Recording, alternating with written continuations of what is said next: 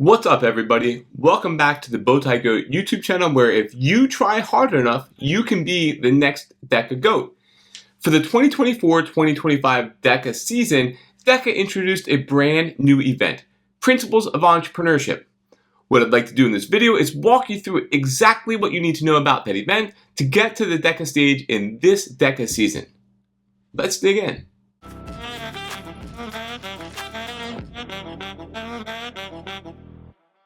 In order to break down this video, what I would like to do is go over general information about the event, what the heck performance indicators are, how to perform that very first role play and get really good at it, and how to ace that cluster exam. If you can do those things, you will definitely do very well in this event this year.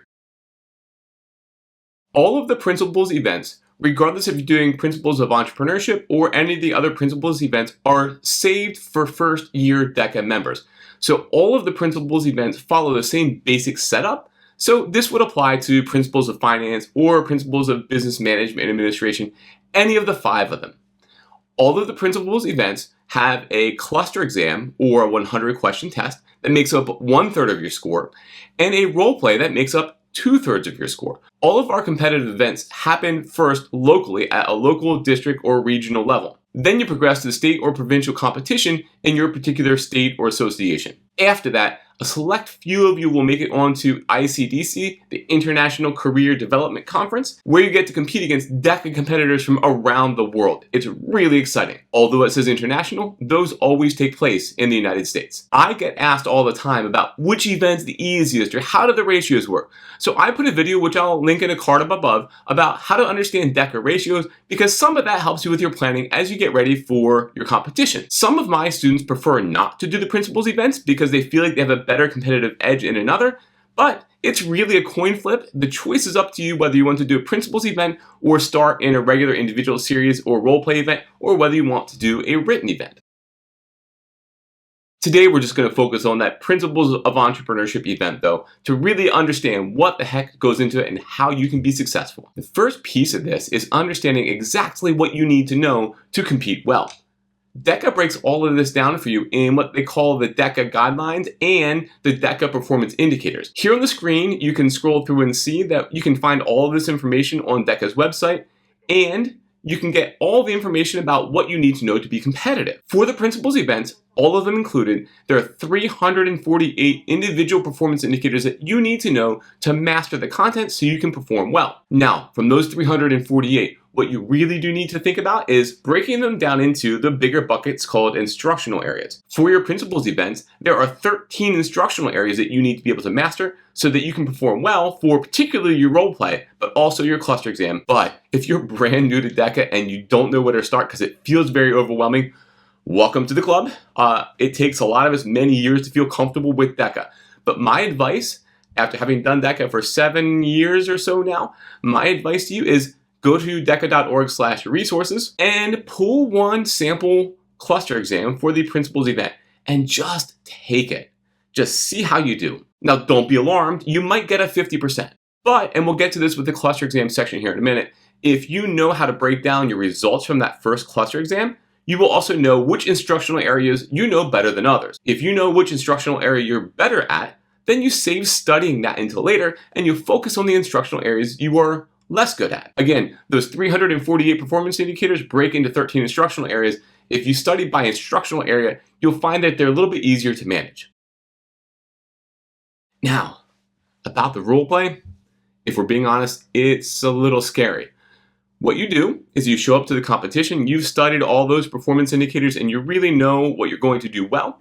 You show up and they put a piece of paper in front of you that is a scenario that you need to prep for 10 minutes. And then you get to go present in front of a judge for 10 minutes about how you, and the role that you're in that role play, would solve the problem or would explain the situation to the judge, who also is a role in the role play. It is scary. And with practice comes perfect. I have a great video on role play tips that I'll link out up above.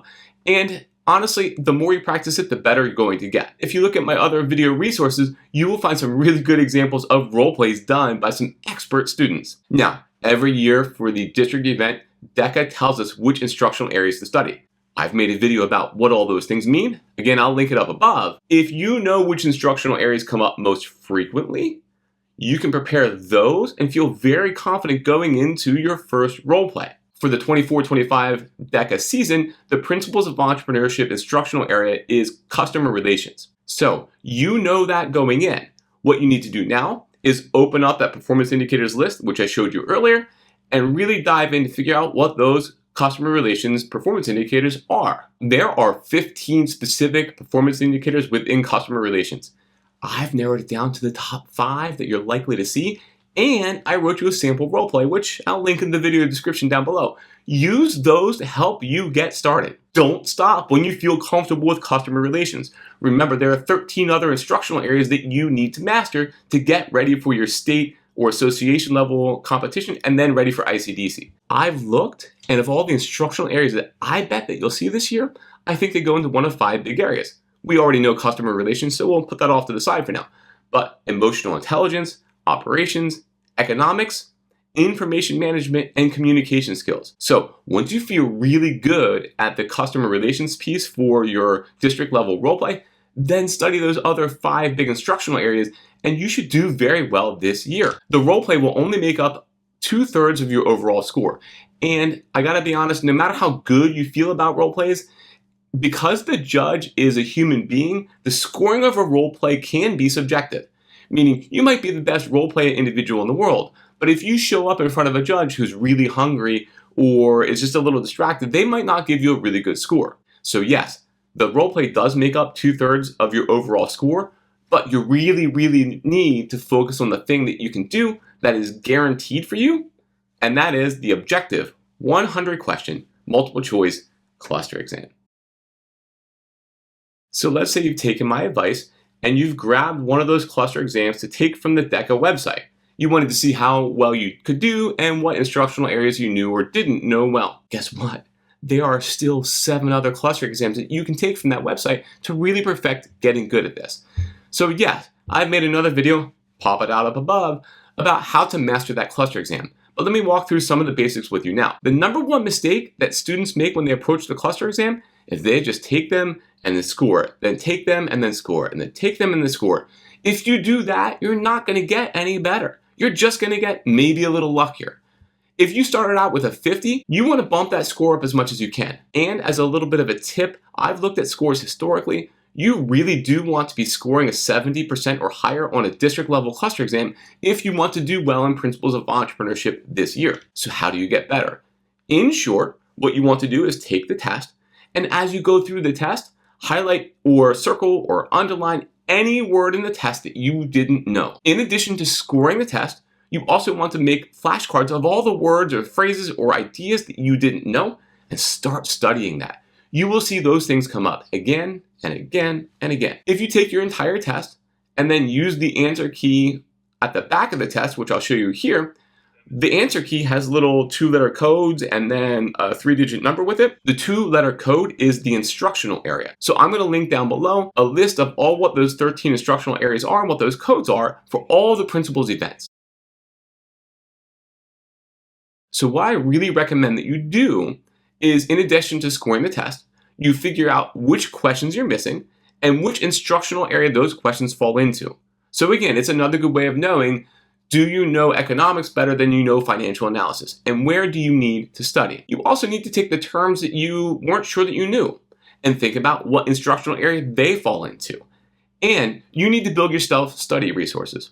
I would take one test, start building that deck of study resources, and study from it, and then give yourself a week or so before you take the next test. Do not just keep taking test after test. That will not just make you better. You have to build study materials and study practices between each test so that you perfect the process as you go. The cluster exam is objective, meaning there is no human being scoring it. It gets scored by a machine. And if you can get your score to a 70 or 75% for that district or that regional exam, and you have a really good role play, you'll make it to states.